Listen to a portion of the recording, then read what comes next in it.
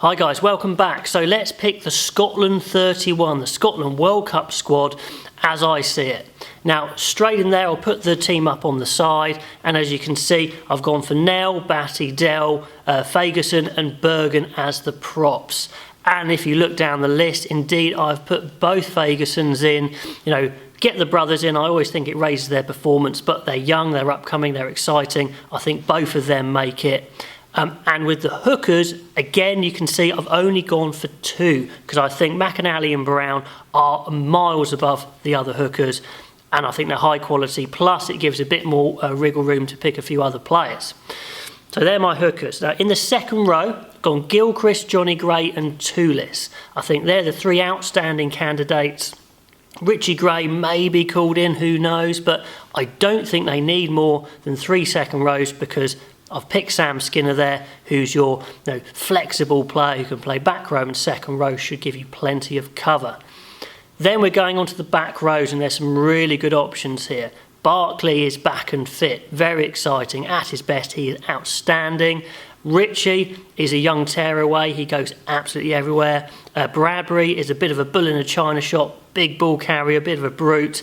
Then the younger Fagerson there, who I think is a very talented back row. Take him as a bit of a bolter, but I think it's worth a shot. Then you've got your more experienced Josh Strauss there to round it off at number 8. So I think there's all sorts of combinations you can play with that back 5. They're not going to be wanting for options there. Right, going into the scrum halves, I'm taking 3 because I think there are 3 outstanding options.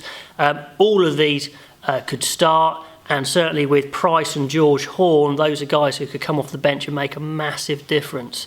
Really excited about George Horn, even though he's down there as 3rd choice. So, Laidlaw, Price, Horn, I think it's quality.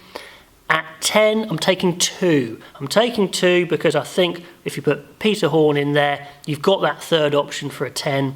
Sure, I'm not a huge Peter Horn fan, as in I don't think he's like world class, but he really helps a World Cup squad round out to cover a load of positions, playing centre and fly half.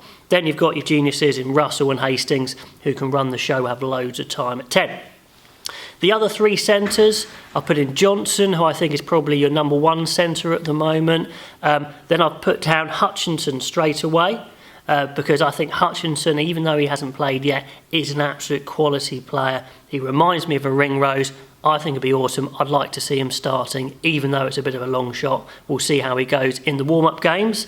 Then I am putting Jones in there. I know he hasn't had the greatest form, but on pure ability, he has it. So hopefully he'll come back to top form. So those are the 3 out-and-out centres, with Peter Horn rounding out the centre options. Then I've got 5 spaces for the back 3. Darcy Graham I'm taking. I think he's a real match winner, score from anywhere. Seymour is a proven finisher. Then you've got Maitland, Kinghorn and Hogg, all of which can play full-back, and of course Hogg's your extraordinary full-back counter-attacking, but Maitland and Kinghorn would be excellent wingers as well. Even though Kinghorn's form of late hasn't been unbelievable, he's still a high-quality player. So that is my 31. I think it's a good 31. There's a lot of options there. Let me know what you think and how yours would differ. Until then, I will see you later.